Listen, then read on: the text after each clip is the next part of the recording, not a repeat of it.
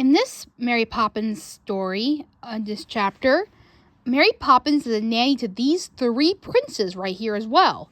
These princes are in a book that Jan Michael read as well. I forgot the name of it, but they're called the 3 princes, and here they are right here. And they have a unicorn who is their pet, and basically they come to life and they meet Mary Poppins again. They were once their nanny, and now they're Jan Michael's nanny. And they go off, they befriend them, they dance together, they get in trouble with the park keeper, with the unicorn at some point, and they have fun together. Eventually, until it's time for them to leave. They always remark that Mary Poppins will come back someday for them. But secretly, Mary Poppins is saying to herself that she's not coming back for them. Just like the children, they think they're coming back she thinks it's coming back for them, when really, she never is. She's always coming back, but there's one day where she's not going to come back. As you can see in this book right here.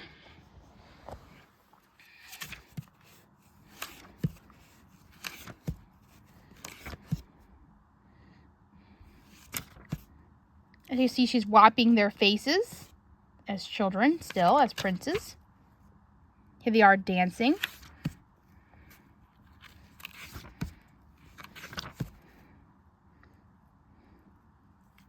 Park in the park. And that's like the ending of the story, I think. They're having dinner, I guess. Let me see. Okay, here we go. In the park, Jan Michael see these little people. Now, this is another cousin of Mary Poppins. Or uncle, I'm not sure which, I think a cousin, but they're little people, and they're very little, actually, like this small, I guess, and they live in a little park in the other coast of the park, where it's like a little garden, and they meet up with Mary Poppins, and they meet them, the whole family. So Mary Poppins was a nanny to his children before he met Jan Michael. It's like her first family she ever was a nanny for, very first time ever. So this is the family that she stayed with. Her cousins, who are these little people who are the size of a pea, and they live in a little garden in another park somewhere. And this is a whole story about them having tea together, having a good time together, and all that stuff.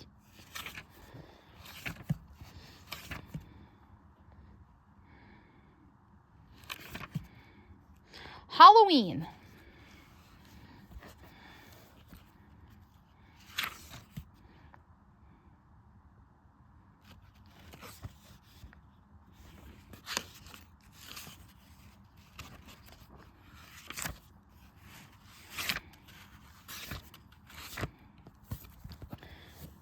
So in this chapter on Halloween, in this book, Mary Poppins decides that it's fall and it's a time where it gets very windy out. So in this story, she makes a magical wind where everybody blows all over the place. Jan and Michael blow over the place in the wind. So does Michael. So does Mary Poppins and everyone else. And that's where our book ends, pretty much, with them having fun flying around in the wind. And some people get blown off and affected from it too, like in some kind of weird, funny circumstances. Now we're going to move on to a few other books around here as well. The next few books we have is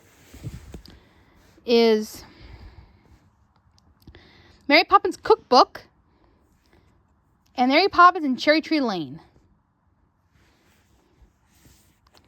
Let's start with Mary Poppins and Cherry Tree Lane, because this is a story that we might need to talk about as well.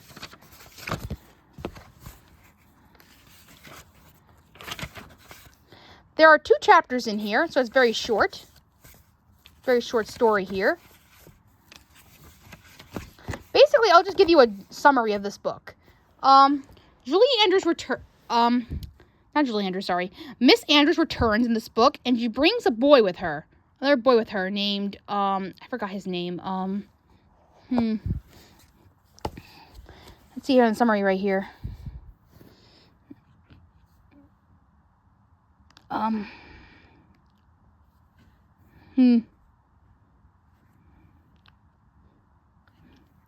It doesn't say here. Hold on, let me find it. Miss Andrew comes home to stay with the kids. She insists that she comes there, becomes their nanny, even though Mary Poppins is still there, and she's still being their nanny too. So during the story, we find that she brings home another boy that's been under her spell that she's taking care of as well. I'm gonna find his name somewhere in here.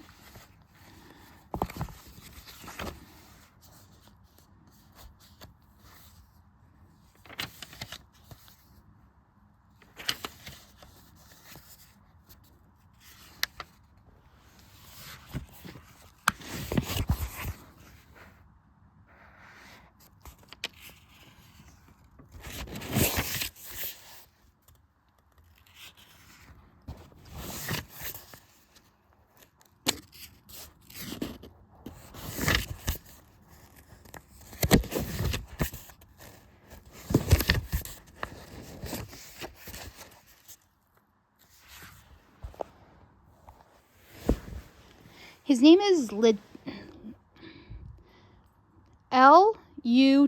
I can't pronounce it right now. But I think it's Luti. Yeah, Luti is his name. Luti. Luti is a boy who has been living with Miss Andrews for his whole life pretty much after Mr. Banks, and he comes out as this worn, tattered, old, raggy-looking boy who you could tell has been suffering a lot during Miss Andrews' rule as his nanny. Look at him. At this point, he is a lonely, orphaned boy who doesn't really belong to anyone. Miss Andrew just kind of took him as her servant and become as her boy and just controls him a whole lot. So, during the story, Luti ends up staying with Mary Poppins and the children, and he realizes how much good they had it. So, at the end of the story, we find that, Mary Poppins has to go to her man in the moon. She remarks that the man in the moon is actually her uncle.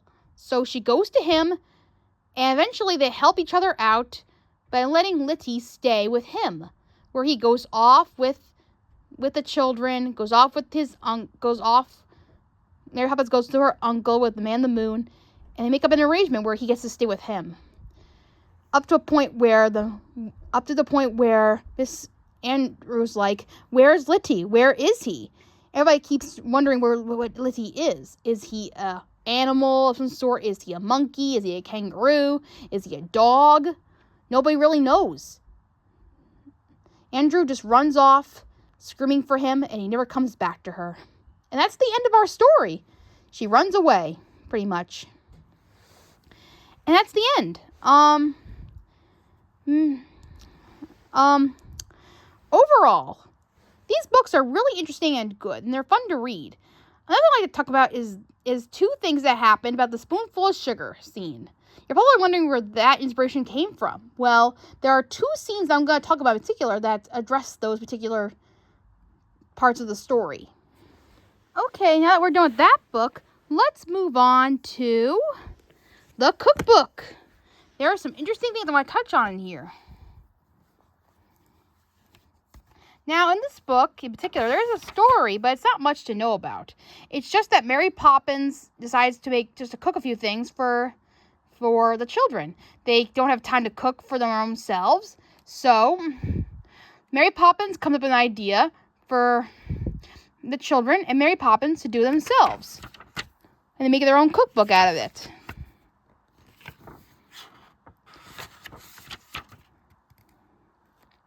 They show them how to make some things, like sugar, cookies.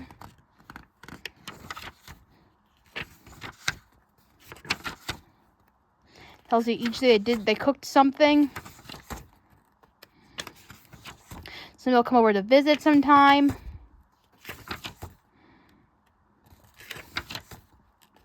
I think at the end it'll show you what they made. Here you go.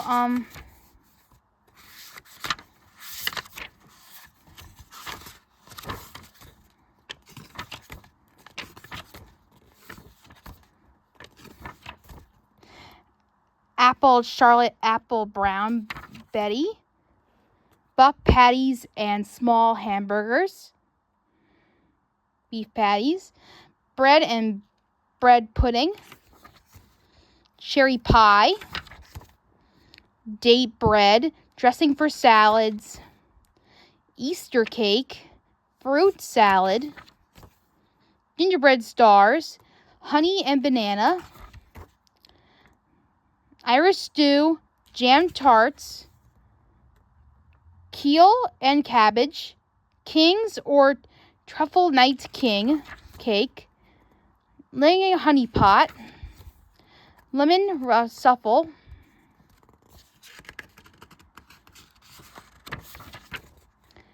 Merrill's and nut loaf,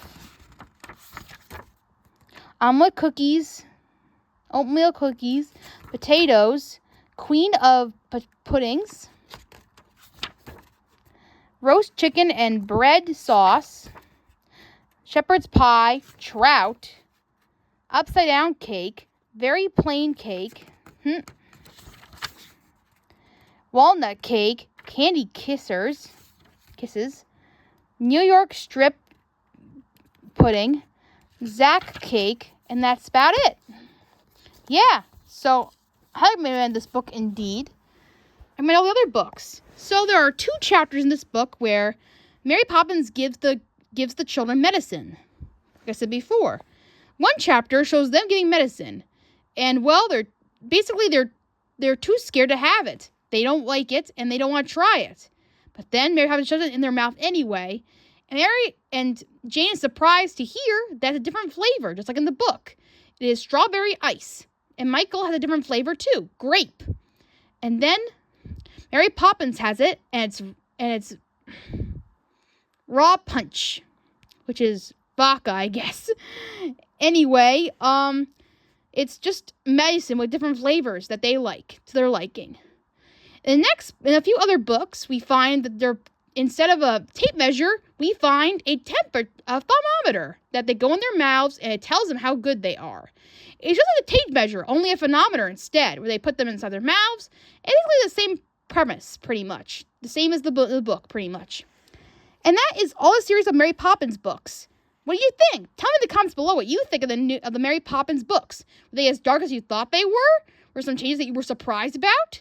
Tell me in the comments below, and tell me what you want to do next on the Terror Zone, because there's just so many things we could talk about with Disney. I hope you hear your thoughts in the comments below, and I'll see you next time. Bye on the Terror Zone.